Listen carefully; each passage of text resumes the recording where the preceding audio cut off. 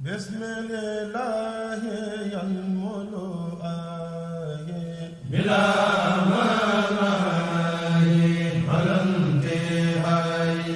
أعوذ بالله من الشيطان الرجيم. بسم الله الرحمن الرحيم.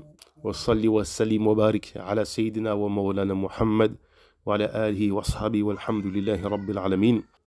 Le Cheikh Ahmed Bamba, Khadim al-Rasoul, dit dans son poème Tazawwuj Sighar au sujet du siyam du jeûne, Siyamuna lahu faridatani bila ziyadatin wala nuqsani. Ce vers, ce bait, indique une information capitale. C'est que le siyam, le jeûne, qui fait partie du jeûne en tant que ibada, qu'il soit obligatoire ou qu'il soit fait de manière surrogatoire, a deux obligations.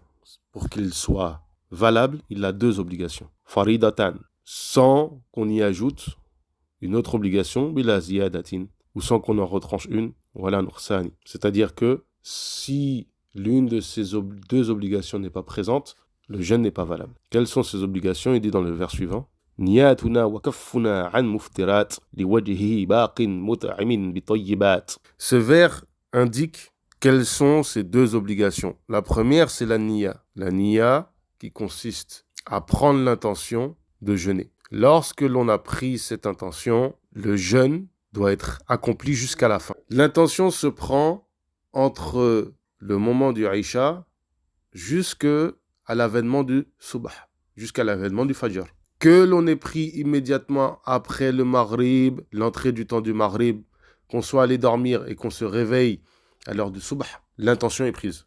Qu'on le prenne juste avant le moment du Adhan du Subh, l'intention est prise. Donc, on prend l'intention de jeûner, c'est-à-dire de s'abstenir de manger en vue de se rapprocher d'Allah Ta'ala. C'est pour ça que Cheikh ensuite précise de s'abstenir de tout ce qui rompt le jeûne, un muftirat, de tout ce qui rompt le jeûne. Et ceci demande un développement beaucoup plus développé, de savoir tous les détails. Mais pour faire simple, tout ce qui rompt le jeûne, de manière générale, sans rentrer dans les détails, c'est les plaisirs du ventre et les plaisirs du bas-ventre, les plaisirs des parties intimes.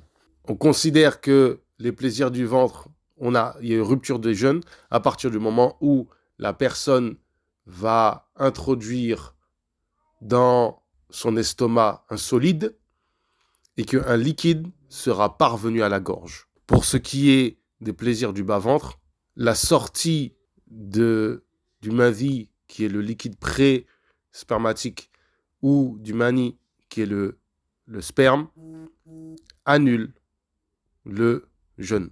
Cheikh précise effectivement pour la phase al-baqi, pour souligner l'idée que ceci doit être pratiqué en vue de se rapprocher d'Allah.